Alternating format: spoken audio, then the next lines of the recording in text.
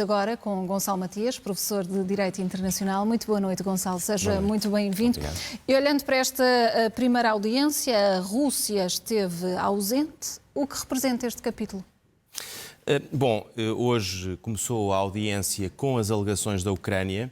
A Rússia esteve ausente e, aliás, enviou uma nota, uma carta ao Tribunal dizendo que não estaria presente em quaisquer audições, não justificou porque é que não estaria presente, mas disse que não estará presente. Hoje as alegações da Ucrânia foram bastante extensas. Recordo que este processo dá início no Tribunal Internacional de Justiça porque a Ucrânia entende que foi erradamente ou falsamente acusada de ter praticado genocídio no Donbass. E é isso que justifica que o Tribunal tenha jurisdição contra a Rússia, neste caso, porque a Rússia poderia recusar a jurisdição do Tribunal. Neste caso, não pode recusar. O facto de a Rússia não ter comparecido não significa que possa recusar a jurisdição do Tribunal. Simplesmente significa que não vai poder apresentar os seus argumentos. A Ucrânia apresentou o julgamento com uma equipa muito extensa de representantes, aliás, um escritório de advogados americano, com sede em Washington, um professor de Direito Internacional de Yale, portanto, muito apetrechada de especialistas americanos, e fez uma intervenção magnífica, muito bem construída, dizendo que, precisamente, a Rússia tinha acusado a Ucrânia de cometer genocídio no Donbass, que isso não é verdade, e, não sendo isso verdade, toda a intervenção russa, toda a invasão russa é ilegal. E pede ao Tribunal, numa providência cautelar, chamadas medidas preventivas, que o Tribunal imediatamente determine a cessação de toda a intervenção militar na Rússia. Essa intervenção, essas alegações são muito interessantes porque, a certa altura, o representante da Ucrânia diz, com muita veemência, que se trata de um membro permanente do Conselho de Segurança das Nações Unidas, de um membro fundador das Nações Unidas, e que seria inaceitável que o Tribunal, órgão máximo de Justiça das Nações Unidas, permitisse este tipo de ações por parte de um membro permanente. Isso de facto, coloca o Tribunal numa posição muito difícil e sob grande pressão. Professor, estas audiências estão previstas durar pelo menos 2 dias. É de esperar uma decisão em breve? E que efeitos práticos é que poderá ter essa decisão? A verdade é que já não vão durar 2 dias, porque estava previsto para amanhã a defesa da Rússia. A Rússia comunicou que não estará presente no Tribunal. Portanto, amanhã já não vamos ter audiências. Portanto, será ainda mais breve ainda mais rápido. decisão. E o Tribunal, aliás, hoje, no comunicado de imprensa que faz, diz precisamente isso, que vai agora deliberar. Portanto, já não há mais audiências, já não há mais argumentos. O Tribunal diz que vai deliberar e anunciou uma decisão, não disse o dia em que a ia dar, mas prevê-se para muito breve uma decisão. Aqui a decisão é sobre as medidas preventivas, ou seja, não é uma decisão sobre o caso na sua totalidade, mas é sobre as medidas preventivas. E as medidas preventivas passam por o Tribunal determinar a cessação imediata do conflito. Isso pode acontecer, estou convencido que há matéria para que isso aconteça. E depois não acontecendo no terreno? Depois não acontecendo no terreno, isso significa que a Rússia fica em violação grave do direito internacional.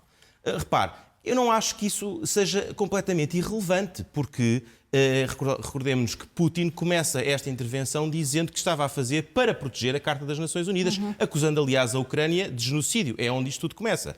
Lavrov, o ministro dos Negócios Estrangeiros russo, dizia há 2 dias que António Guterres tinha violado gravemente a Carta das Nações Unidas porque tinha feito acusações, as declarações que fez relativamente à Rússia e, portanto, estava fora do seu mandato enquanto secretário-geral. Ou seja, a Rússia continua a acusar a comunidade internacional e as Nações Unidas e a Ucrânia de terem violado direito internacional. A partir do momento em que o Tribunal tomar esta decisão e aplicar, eventualmente, estas medidas preventivas, todo esse discurso cai. E a partir daí temos, assumidamente perante a comunidade internacional, um membro fundador das Nações Unidas a violar abertamente o direito internacional e sem qualquer possibilidade de invocar esse argumento a seu favor. Eu acho que isso deixa ainda mais isolada a Rússia e ainda mais isolados os seus líderes na comunidade internacional. Professor, e face ao que aconteceu hoje nesta audiência e ao que temos visto, até ao momento há uma base razoável e há matéria para a confirmação de crimes de guerra em curso? Sim, este julgamento hoje não é sobre a parte criminal. Portanto, neste momento estão abertos e estão a correr 2 processos distintos em 2 tribunais distintos.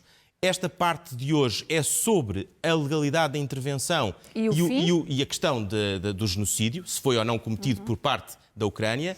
A questão diversa tem a ver com os crimes de guerra que estão a ser cometidos pela Rússia. Isso corre no Tribunal Penal Internacional, também já está aberto o processo, o Procurador já o abriu, temos 39 denunciantes, entre os quais Portugal, é um dos que denunciou os crimes ao Tribunal Penal Internacional, e eu penso que sim, porque repare, aqui a questão do crime de guerra ou dos crimes contra a humanidade, chamados crimes de atrocidade, são crimes cometidos no âmbito de uma operação militar contra civis. Homicídios ou ofensas graves à integridade física cometidos numa intervenção militar contra civis. Ora, nós temos visto inúmeros exemplos disso, perante os olhos de toda a gente. E tem existido essa confirmação por parte de várias entidades independentes. Até as Nações Unidas Exatamente, a confirmarem, exatamente. por exemplo, Portanto, estruturas de saúde a serem atingidas e regiões civis. Esses factos têm ocorrido. O que pode ser mais difícil é a prova da ligação, isto é, saber se foi Putin ou se foram os altos líderes militares a dar essa ordem. Essa será sempre a grande dificuldade nestes processos. É sempre o Tribunal, é sempre a dificuldade que tem nestes processos, é a prova dessa ligação. Mas, enfim, isso há de se fazer. Isso há de se fazer em julgamento. Neste momento, não há dúvida que há matéria suficiente para avançar com esse processo. E o que é que pode acontecer? Bom, aí vamos imaginar que... E o que muda também para Vladimir Putin? Muda muita coisa, porque vamos imaginar que o processo é aberto e é emitido um mandado de captura contra Vladimir Putin e outros altos líderes militares. A partir desse momento, e isso pode acontecer mesmo sem o julgamento ter terminado. É natural que aconteça antes para que as pessoas sejam entregues ao tribunal e possam enfrentar o julgamento. Ora bem, isso significa que ele deixa de poder viajar para 123 países. Há uma esmagadora maioria dos países do mundo, são partes do tribunal, deixa de poder viajar para qualquer um destes 123 países, porque se o fizer, poderá ser preso e poderá ser entregue ao tribunal. Ou pode acontecer, isso agora já é especulação, mas se houvesse uma insurreição na Rússia, como houve, por exemplo, na Sérvia, quando Slobodan Milosevic foi entregue ao tribunal, pode bem acontecer que a Rússia viesse um dia mais tarde a fazer uma declaração de aceitação da jurisdição do tribunal e entregar Vladimir Putin e outros altos responsáveis por esta operação ao tribunal. Portanto, não me parece nada impossível que isto venha a acabar, não digo amanhã nem nos próximos dias, mas não me parece impossível que venha a acabar numa entrega de Vladimir Putin e outros altos líderes ao tribunal, ou então, pelo menos, a uma limitação muito séria da sua capacidade de movimentos no mundo. Professor, relativamente às negociações que estão em curso e às violações a que temos assistido também dos cessar-fogos dessa trégua temporária, para amanhã está previsto, Moscou anunciou esse cessar-fogo temporário para retirada de civis em 5 regiões. Vamos acreditar que vai acontecer, mas se voltar a não acontecer, estas violações representam o quê e podem ser usadas em contexto de qual dos processos?